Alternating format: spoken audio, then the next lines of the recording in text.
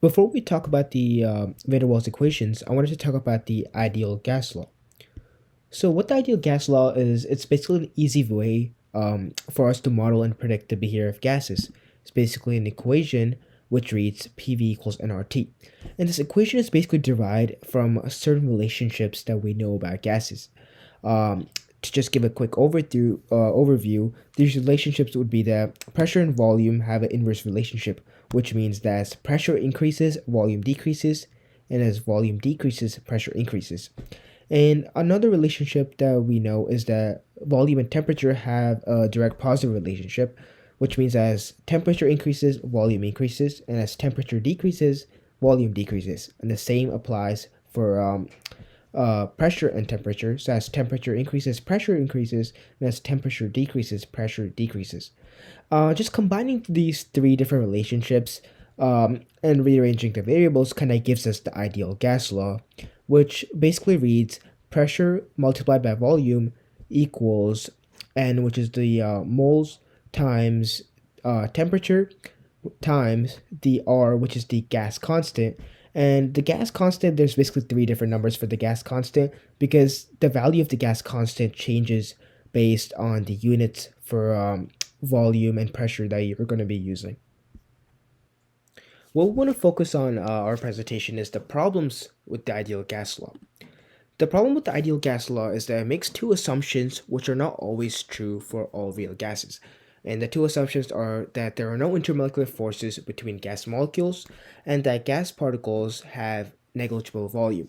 And both of these assumptions are not always true, and it's especially not true in when the volume is either too low or if the temperature is too cold. And this is because when the temperature is too cold, the particles are moving at a slower pace, so they kind of get closer together. And when these particles get closer together, the intermolecular forces between them start to increase drastically. And when the intermolecular forces increase drastically, the numbers we get are gonna be really different from the numbers that we get from the ideal gas law. So that's where the error with the ideal gas law really starts to show up, and we need a solution. The van der Waals equation is simply an equation which extends the ideal gas law to include the intermolecular attraction between gas molecules, while also accounting for the non-zero volume of the molecules. Here we have the ideal gas law. Now let's divide both sides by n, or the moles. If we divide the volume of the container by the amount of gas particles, we get molar volume, or Vm. To account for the volume occupied by the gas molecules, van der Waals substituted Vm with Vm minus B. And to account for the attractive forces between gas particles, van der Waals added A over Vm squared to the pressure. We also need to keep in mind that A and B are constants that depend on the gas, something we will explore later on. So, why is the van der Waals equation useful? Let's say we have an oxygen tank, volume of 40 liters, at room temperature of 298 Kelvin, and with 31.25 moles of oxygen gas. Let's find the pressure of the gas container using the ideal gas law. So, we divide both sides by V to obtain pressure, and then we substitute the given values to obtain this equation. Solving this equation will yield us 19.1 atmospheric pressures. Now let's solve using the van der Waals equation. We know that Vm is just volume over moles, so we can derive this equation. Checking the table for oxygen gas, we know that our value for A must be 1.36 and our value for B must be 0.0318. Solving the van der Waals equation for pressure, we obtain this equation. And, substituting the information we're given, we obtain this massive formula. Solving it, we obtain 18.8 atmospheres. Clearly, 18.8 does not equal 19.1, which is actually a 1.6% difference. And 1.6% might not seem like much, but in the real world, 1.6% could be the pressure difference responsible for making the walls of a gas container explode. And this is all at room temperature. When conditions further deviate from the ideal gas law, this percent difference will increase by a vast, more significant amount. Let's look at another form of this equation. From now on, Vm, or molar volume, will just be denoted as V, for simplicity. Solving for pressure, we obtain this equation. To find the root of this equation, we obtain a cubic function. This means that sometimes there will be one real solution, others three, depending on the values for volume and temperature. Graphing the isotopes for the ideal gas law, basically meaning that each line represents a different temperature, with temperature increasing from down to top, we notice that there's always one solution for a given pressure. However, graphing the van der Waals isotherms, we notice that at high temperatures and high volumes, it closely resembles the ideal gas law, which makes sense because those are the ideal conditions. However, at low volume and low temperature, there appears to be three solutions: one, two, three. This means that for a given temperature, each pressure can correspond to more than one volume for low temperatures. These are the van der Waals isotherms with phases included. How we added these phases will be explained later on. The conditions inside this yellow curve represent liquid and vapor. To the left, it's a solid phase, to the right, a gaseous phase. What this basically means is that at high temperatures and low volumes, we require much more pressure to change phases. So basically, if we want to change something from a liquid to a solid, it would be easier, or it would require less pressure if we were at low temperatures and low volumes. The proximity of each isotherm shows us the rate of change in pressure for a change in either temperature or volume. Here, we see that pressure changes tremendously with a change in temperature, but here, we see that pressure doesn't change as much. This partially shows why it's so much easier to compress gases than it is to compress solids. To change the volume of a solid, we require much more pressure than to change the volume of a gas. This basically means that the partial of pressure with respect to volume is much greater in magnitude at low volumes than it is at high volumes. Now we're going to be talking about phase diagrams. Phase diagrams are basically an easy way to graphically represent the different states of matter, solid, liquid, or gas, and relate that back to the van der Waals equations variables, which are pressure, volume, and temperature. For particularly for our topic, we're going to be focusing on specific points on this phase diagram and how we can derive those points using partial derivatives. But before I actually derive those points, I just wanted to give you an overview of what those points actually mean. So the critical temperature is the highest temperature at which a liquid can exist as a liquid. The critical pressure is the pressure above which a liquid and gas can exist together at any given temperature. The critical point is the point in which a substance cannot be really distinguished if it's either a liquid or a gas. And a triple point is when a substance exists in all three states of matter, solid, liquid, and gas, at the same time.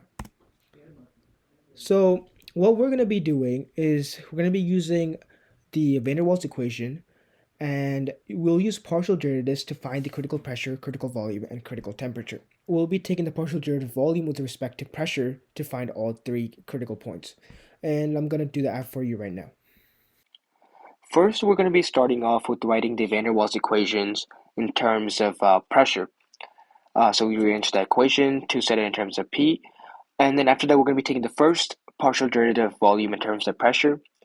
And after writing the first partial derivative of a volume in terms of pressure, we'll be taking the second partial derivative of volume in terms of pressure because we're actually trying to find the inflection point. The inflection point is the point in which we could find the critical temperature. So after we take the second partial derivative, we're actually going to be setting that equal to 0. But here I made a small mistake. Instead of 6 in the numerator, it's supposed to be actually negative 6a over v to the power of 4. So that's a small mistake that I actually made. But using that equation, if we start to simplify, divide both sides by 2, we would get the following simplified equation. And then after we start moving around the variables to simplify even further, we end up with the function 3v minus 3b equals 2v. And if we subtract the v's, we could actually find the critical volume is equal to 3b. And what we can now do is plug that critical volume back into the first partial derivative of volume in terms of pressure. And if we plug the critical volume back into that equation, we could try to solve for critical temperature, which I'm going to do right now.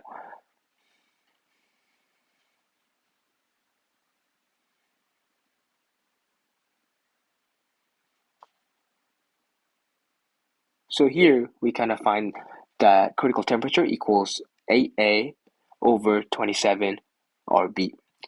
And now to find a critical pressure, it's kind of really easy, is all we have to do is plug that critical temperature and critical volume that we previously found back into the original van der Waals equation, which gives us critical pressure equals A over 27B squared. Van der Waals had problems with his model. The partial derivative of pressure with respect to volume is positive below the critical temperature. This violates Boyle's law.